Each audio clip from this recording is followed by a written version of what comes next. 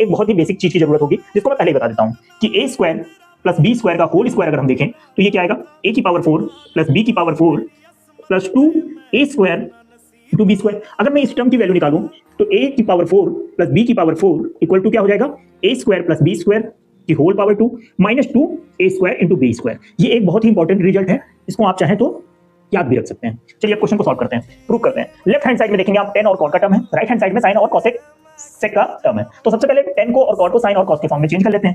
tan क्या हो जाएगा, sin अपॉन cos, तो क्या लिख सकते हैं हम इसको, sin cube a upon cos cube a।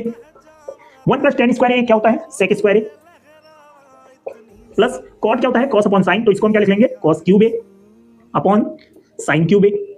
1 plus cot square a क्या होता है, cosec स्क्वायर a। अब आपको पता है कि साइन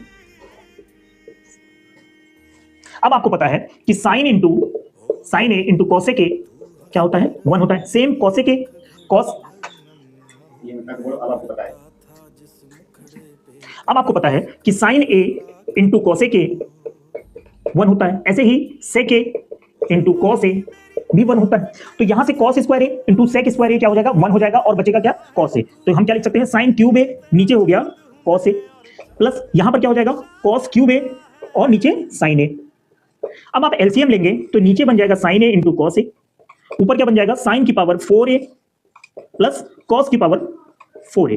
अब आप देख पा रहे होंगे ऊपर जो कुछ फॉर्मेट है वो कुछ इस टाइप का है। अगर मैं a की जगह पे साइन a रख देता हूं, b के प्लेस पे साइन कॉस b रख देता हूं, तो क्या बन जाएगा, कुछ इस टाइप का फॉर्मेट बन जाएगा। तो हम क्या इसको रिप्लेस कर सकते हैं इससे, जहां जहां a है वहां क्या रखेंगे, साइन a, तो sine square a plus cos square a का whole power 2 minus 2 sine square a into cos square a upon में sine a into cos a। ये हो गया 1 upon sine a into cos a, minus इसके नीचे जाएगा एक बार साइन a कॉस a, तो क्या हो जाएगा 2 sine square a into cos square a upon sine a into cos a।